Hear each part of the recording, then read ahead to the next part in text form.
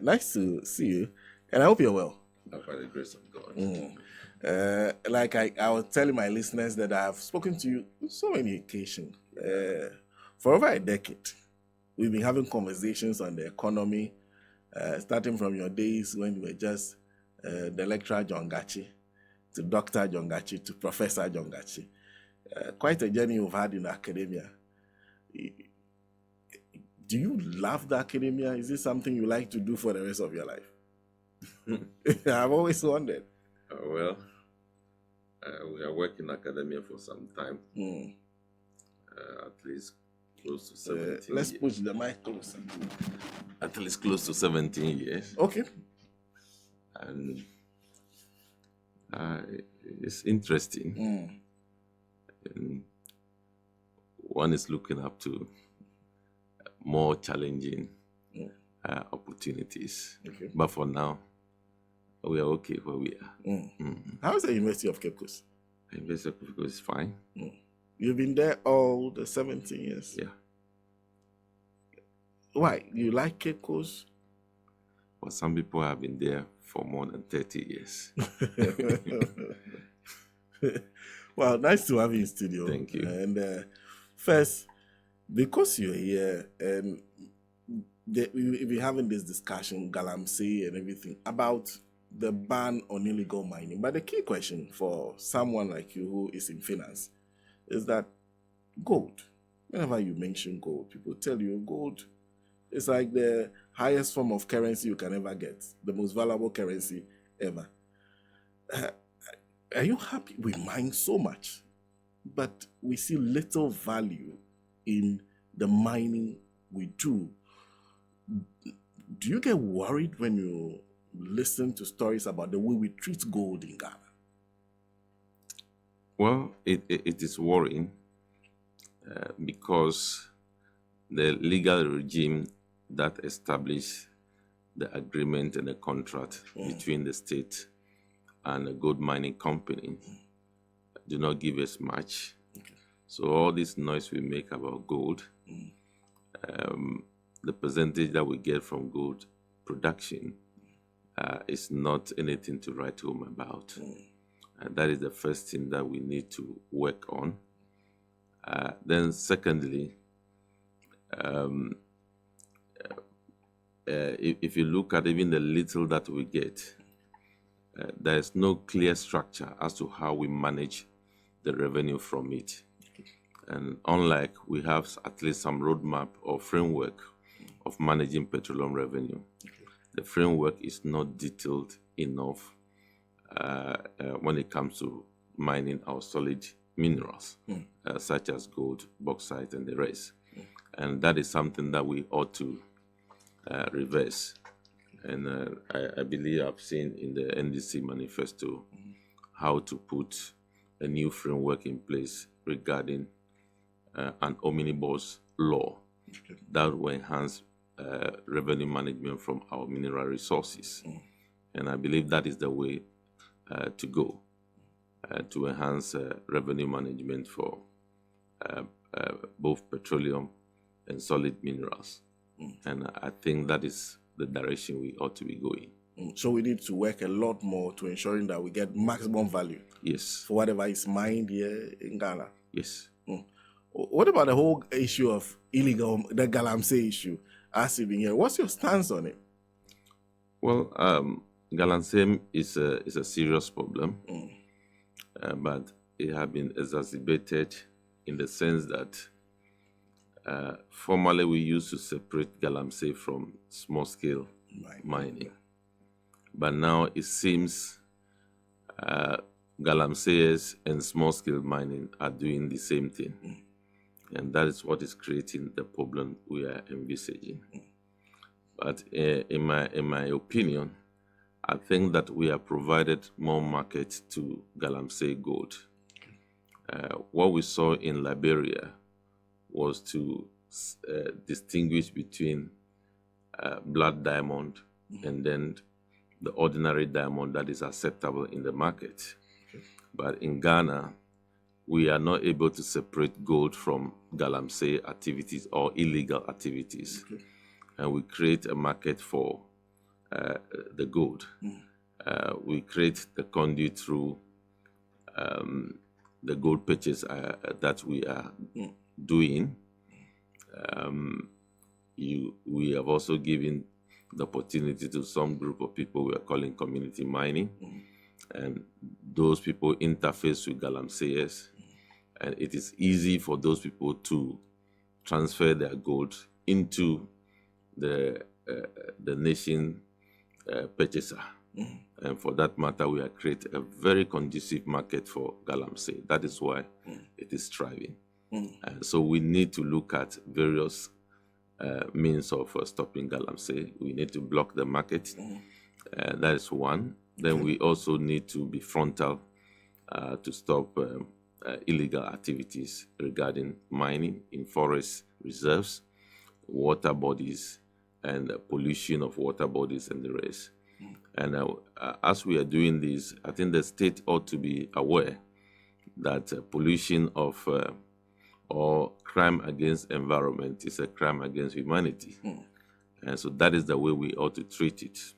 Our various laws provide some kind of inclination as to how we need to be treating these things. In fact, you should be even aware that if you take our ADR laws, ADR Act, for example, in Section 1, prohibits discussing anything under ADR that concerns environment.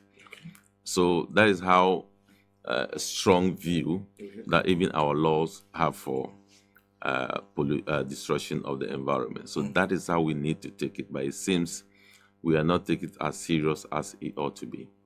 Is it a matter of leadership for you? Yeah, it's a matter of leadership because we have seen a lot of people in various reports that seem to be engaging galamsey. They are affiliated to parties, and the party is not able to punish them. You have seen political leadership promising to return excavators to those who are engaged in such activities. So the leadership is broken down, and unless we correct the leadership, we will continue to be in this situation. I heard recently that there is a deployment of the police, deployment of the military and the rest, just as a result of the noise around from various quarters, labor unions, UTAG, the media and the rest. So you could see that response is not coming from a well-prepared leadership stand. So we need to take leadership on in this fight, and then we need to think through and see how we return our water bodies to normal. As it is, I don't need to be repeating what we know already. Yes. We know the threat to agriculture. We know the threat to our main export crop, that is cocoa. We know the threat to reproduction. We know the threat to water, drinking water. And we also need to be aware of the cost that is involved in trying to scale up production of good water for our consumption or drinking across the country. And then we also need to look at the representation of that cost regarding our GDP. So that is huge sum of money. So we cannot allow a few group of people to be benefiting at the expense of the larger majority of us. Well, once again, but and we are coming to the meat of the matter, because you just talked about gold purchases. You're saying that essentially, even because the Bank of Ghana is now buying gold themselves, there's a gold for oil thing that Dr. Bawumia trumps as a solution to some problems. Now, are you suggesting that even they are not purchasing the gold in a manner that discourages this kind of activities, community mining that some people say is virtually illegal and irresponsible mining, small-scale mining, that's not irresponsible mining, and the galamsey, that they can easily even sell their gold to the Bank of Ghana? And that's the point I'm making. Why will you be fighting Galamsey but create a market for the gold produced through Galamsey to be sold? What it means is that you are promoting it. And so we need to stop that.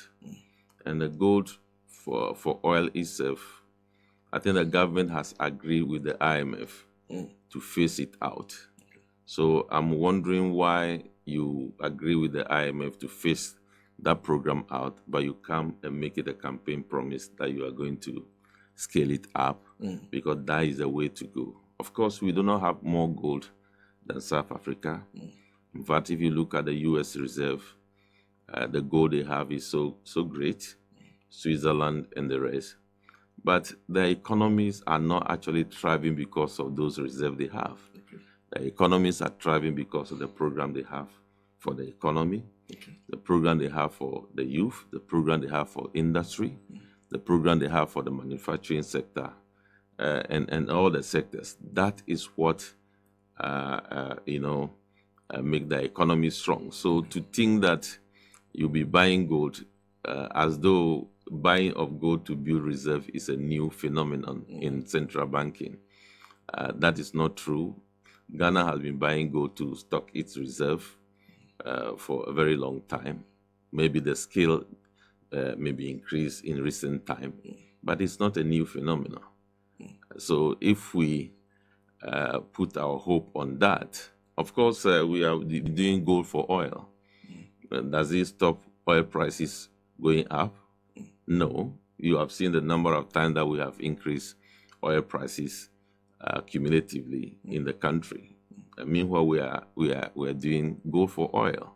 So you see that sometimes we just make certain statements just because it will appeal to people, and people's mind will go away, and the real deal is between the politicians, and then it creates problem for us.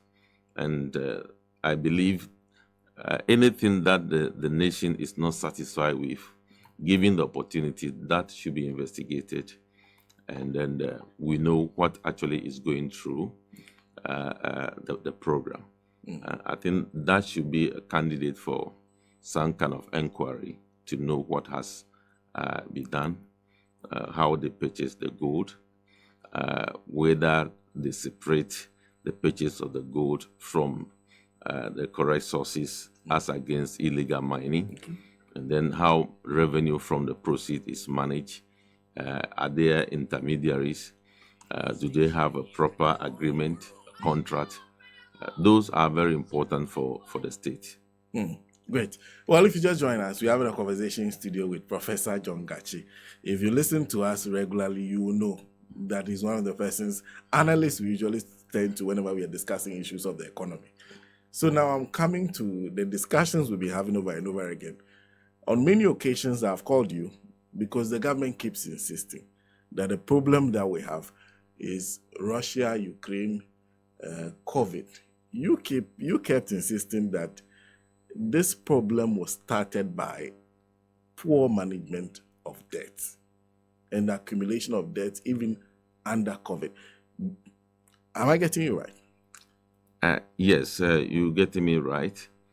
I think we need to start from 2018. Okay. You know, in 2018, we put in place, or we enacted the Fiscal Responsibility Act, where we indicated that we are going to manage our fiscal to the extent that we will accommodate a maximum of 5% of GDP. And then the law also indicates that even if we go beyond that, it is only when we go beyond 6% that the law will be activated to bring finance minister to parliament to answer certain questions, and if possible, go through some kind of severe treatment by parliamentarians. Just after 1 year of passing that law, in 2019, the document that we presented to the IMF indicate that actually the deficit that we have been working with was 7.5%. Okay. So which means that we have gone above the fiscal responsibility law, which we say was active at that moment. In fact, we were celebrating that we passed a fiscal responsibility law, and we passed a law that makes that we are managing our finances correctly for the country, not knowing we were actually doing the wrong thing. So we were exposed by we applying to the IMF to get that 1 billion facility, which is a zero interest and with a moratorium of 5 years to solve COVID issues. So the deficit at 2019 was actually 7.5, which means we established the fiscal responsibility at 1 year. We violated it significantly. So that is it. Then, if you look at 2018, I wrote an article, and the title was "Erosion of Income for Businesses and Individuals." That's far back as 2018. Okay. Yeah. So by that time, we were complaining about the way the debt was moving. Okay. So it's not that we started complaining about debt after 2020. We started complaining about debt. We started complaining about the way the CD was performing far back before COVID. And we do know that COVID cannot be underrated. It has a devastating effect on the economy. There's no question about that. But to solve COVID issues means you need revenue. Okay? And it is on record that the revenue we got from COVID issues is much more than what we spent on COVID. Therefore, COVID should not derail our finances. But we also realized that 2020 was an election year. So the normal election year spending and impunity has made us borrow a lot of money, and some of which were distributed for election activities. So that is the abuse of incumbency that we have seen in the country. So we cannot say that all the debt that we acquire during COVID was related to COVID management. A significant portion of that debt was directed towards elections and then other activities. Then when it comes to Russia and Ukraine, I say that Russia-Ukraine was an eye-opener. Was an eye-opener to the extent that we were not managing our agriculture, number one, to contribute to currency management. And then we are not managing to contribute to currency management. Yes. Okay. We are not managing our agriculture to contribute to managing food inflation. Okay. So that was an opportunity for us to revamp our agriculture policies and implementation. But again, we fail. And you can see that followed us up to today. Food inflation was rising from that period up to today because we are not able to produce the food that we eat. And it's not surprising we are even being told that because of the level of drought, we need to take some drastic measures. We need to even go and take money from a contingency fund to be able to resolve the issue. So I see the Ukraine-Russia phenomenon as an opportunity for us to... But have we taken advantage of it? No. We have not done that.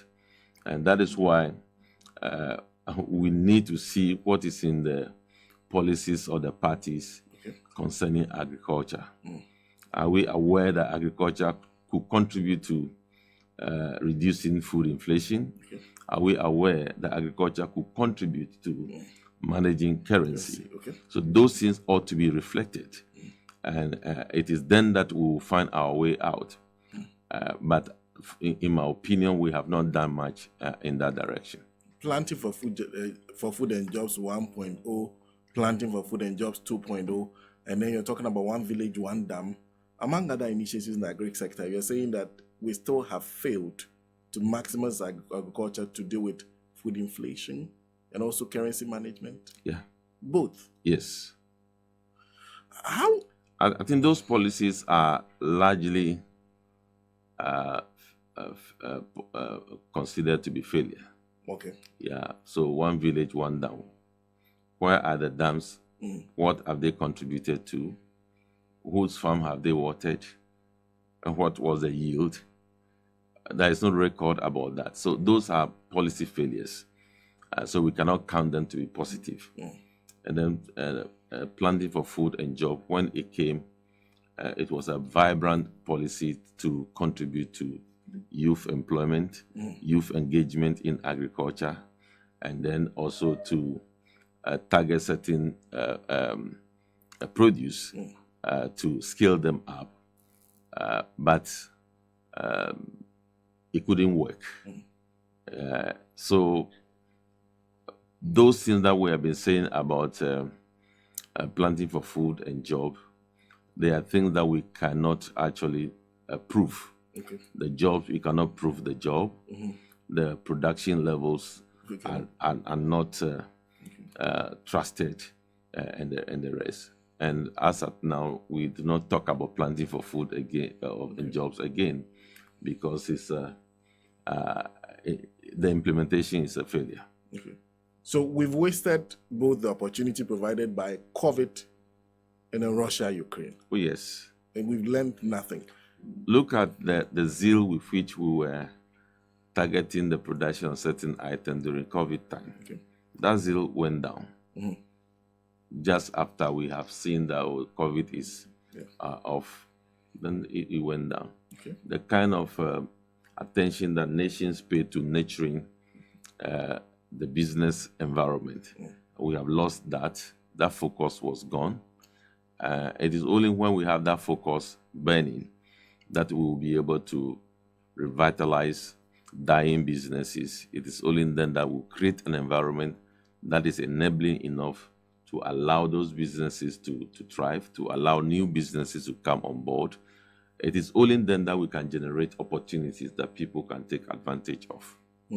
So in the wake of that failure, I guess you are then expecting that for parties that are seeking to take over from this party in power, they would have proposed policies and plans that takes advantage of these things that you talk about.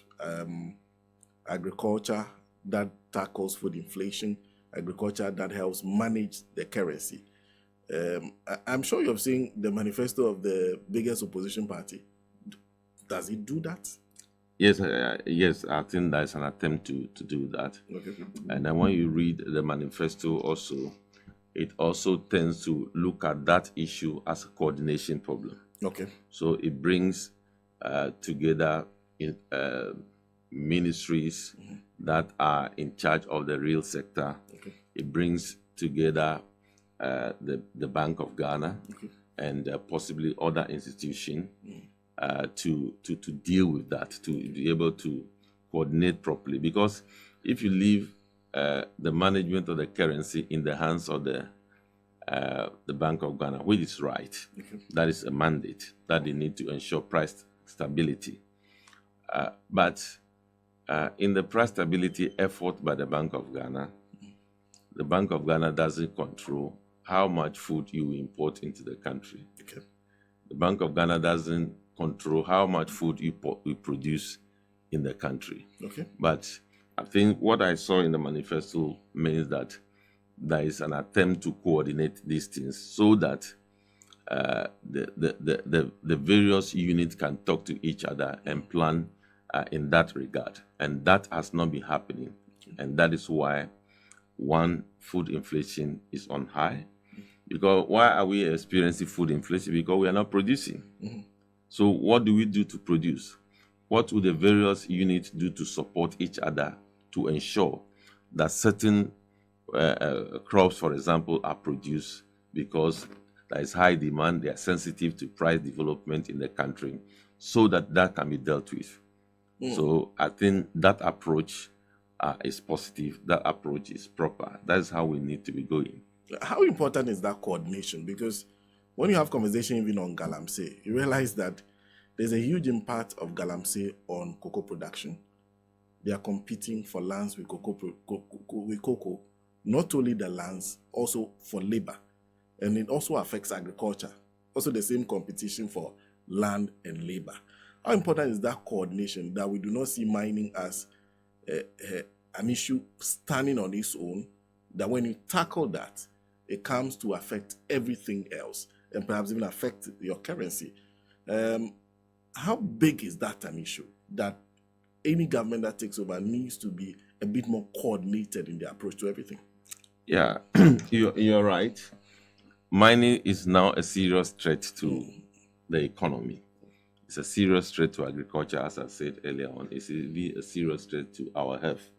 So that ought to be coordinated properly to ensure that we have a hold on illegal mining. And that will contribute to effective agriculture, and we can produce. But beyond that, how we are going to de-risk agriculture is another issue. Okay. So that's where the coordination comes in. Okay. It will surprise you to note that up to June of 2024, okay, the agriculture sector received the least credit okay, from the banking system. Banks? Yes. But, and that is not surprising because that has been the trend. Okay. But even though agriculture received the least credit, it is also the one that produced the highest non-performing loan to the banking sector. So it means... That's quite interesting. Yes. They got the least credit, yes, less loans from the banking sector. Yes. But when it comes to non-performing loans, they are higher. Yes. Oh. So that means that we need to de-risk agriculture to make it attractive for the financial institutions to support. We need to de-risk agriculture to make the marketing process robust. We need to de-risk agriculture to ensure that the players now know that it is now attractive to invest in agriculture. But we are not yet there. And we need leadership to ensure that de-risking of agriculture takes effective place in governance. Okay. And that is where part of it is the coordination. Okay. And then part of it is some of the things that you roll out to make the marketing meaningful. Mm-hmm. For example, in cocoa sector, we structure the thing in such a way that we take loan, then we produce. The capacity that we can produce is used as collateral to get the loans. Okay. So is it also possible we can introduce something in agricultural landscape to serve as collateral, and we can introduce the off-taker approach into agriculture, so that those documents may be used as collateral for the agriculture sector. And then the financial institutions are also sure the market in which the agriculture produce will be sent, so that the cycle of certain things is established. So that is the point I'm making. And you see in the manifesto that coordination. Then you also see in the manifesto the use of Gatsi, that is from the central bank point of view. Then you also see from the manifesto the use of commodities exchange, which I understand they have warehouse systems across the country. So how to strengthen that so that we can have off-taker for most of our produce, and that may be used as collateral along the line to secure credit for agriculture. And again, you also need to see agriculture as a poverty alleviating strategy. Okay. And therefore, there is a need to look for funding that is developmental in nature, where it will have long-term profile, and then have a lower interest rate to accommodate farmers also in trying to get funding for their farms. So all those structures have been put in the manifesto. That's interesting to hear. So now let's move from the agric aspect and come back to, because these are two major issues you're talking about. First one is the matter of Russia-Ukraine, which it says then draws us back to how we've managed the agriculture sector over the years. Then there's the other one of COVID, where the monies came. In fact, we got money to the point that there was a famous audio of a parliamentary candidate saying, oh, they got their own share of the monies. So then that goes back to how we manage debt. Where has this government failed, and what new needs to be done? Okay, so for debt management, there are a number of issues that have been identified. Okay. So we need to manage our debt side by side with the creation of sinking funds. Okay. So that at least we can defray the payment when it's due. Okay.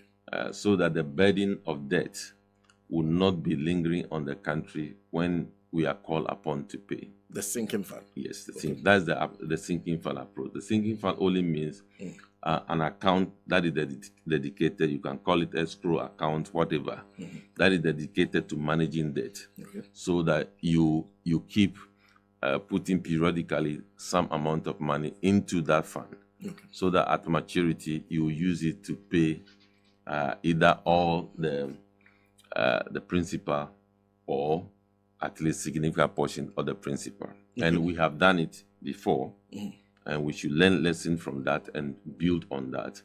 I think 2012 or 2013, we should have developed a sinking fund as far back 2007, when we raised the first Eurobond of 750 million. Okay.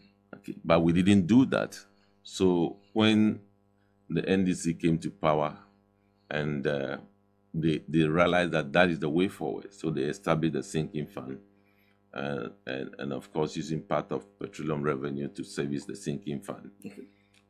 And that was what was used to amortize that 750 million dollars bond that we issued, I think in April of 2017 or so. So if we were not to establish a sinking fund, then there will be more pressure on the economy then to look for money to amortize or to pay off the loan. So that lesson should have been built on, but we failed to build on. But the reintroduction or reactivation of sinking fund have been promised in the manifesto as one of debt management tools. Then again, you see, when you look at the prospectus of debt that you want to raise, one significant thing that you send to Parliament is what you want to use the money for. Okay. So as a result of that, I think the NDC started a data contract management database, and that will also be enhanced. At least at a glance, you see the project you have borrowed to undertake. Okay. You see the faces of the project, and then it's open to the public. The public can be assessing it, and then to you. I think that is also in line with the requirement of Article 35(7) of the Constitution, which says that to a large extent, a new government should continue with the project that the previous one started. And if we have a very robust contract data system, and that would have been easier. So that one is also going to be activated to manage debt well. And if you read section 54 of the Public Financial Management Act, it talks about debt management office. But the way it is captured, it doesn't make it very strong. So now the proposal is to make an independent debt management office that will help in managing the debt. An independent debt management office. Yes. Countries that have independent debt management office, at least they are able to provide some kind of break when the country wants to go, beyond the ceiling. So that measure is also going to be brought on there. to manage debt. And of course, showing fidelity to our statute, that is our Public Financial Management Act regarding debt, showing fidelity to our Constitution regarding how to procure debt and the purpose for procuring the debt and the rest. All those things are also important from the leadership to ensure that we are not derailed any longer by overbearing of debt. Well, Prof is in studio with me this morning. It's wonderful to see him. There's always a lot we talk about. We're just having a conversation because, of course, I'm sure when he leaves here, you'll be surprised Monday we'll call him up. We'll be discussing another issue. We have to take a break, but before we take that break, when we come back, we would actually continue our conversation with the Bank of Ghana specifically, the things they have been up to, they themselves, and then moving on to the banking sector cleanup, the highly publicized banking sector cleanup that has cost us 25 billion.